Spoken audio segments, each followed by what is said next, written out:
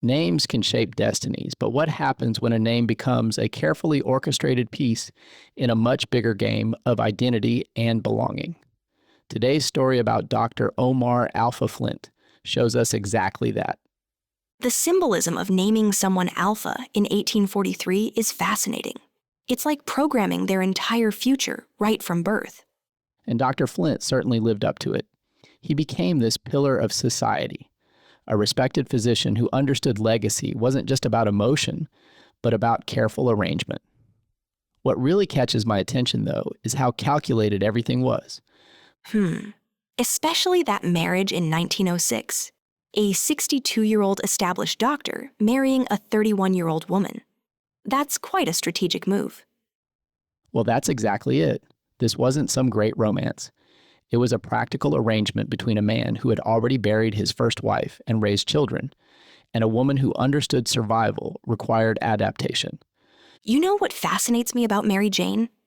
She came from Quebec, had lost family members, crossed borders.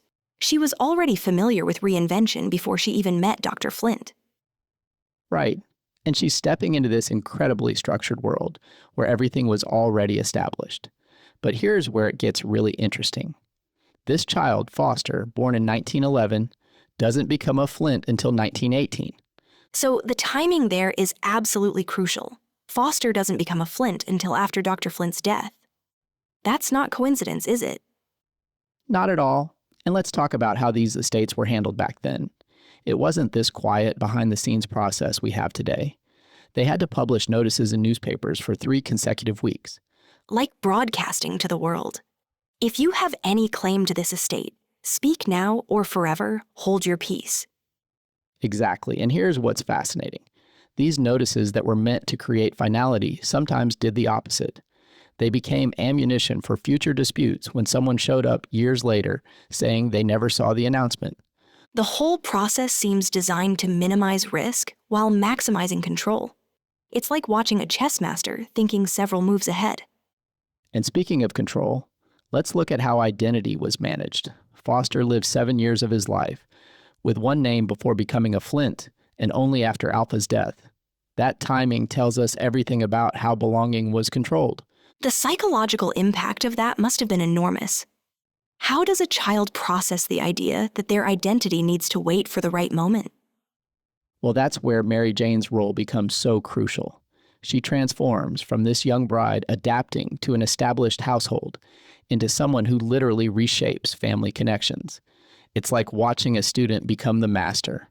And all of this happening against the backdrop of early 1900s society, where identity and belonging were such rigid concepts. You know what's particularly telling? The judge's signature on Foster's adoption papers. Not confident enough to suggest pride, not weak enough to suggest duress. It's like even the signature is trying to maintain this careful balance. That detail about the signature really captures the essence of this whole story. Everything had to be just so, perfectly balanced, perfectly timed. And here's what makes this story so relevant today. It shows us how belonging isn't just about emotions or relationships. Sometimes it's about timing, legal frameworks, and carefully managed transitions. The way you put that makes me think about how we still manage identity and belonging today. Maybe less formally, but still with careful consideration of timing and circumstances. Looking ahead, all these carefully arranged pieces are setting up something bigger. It's like watching the first act of a play where every detail matters for what comes next. Well, that's what makes this story so compelling. We can see the foundation being laid for something much more significant. And as we wait to hear more about Foster's story, we're left with these questions about power, belonging, and who really gets to decide when and how someone becomes part of a family. These carefully orchestrated moments from the past still echo in how we think about identity and belonging today.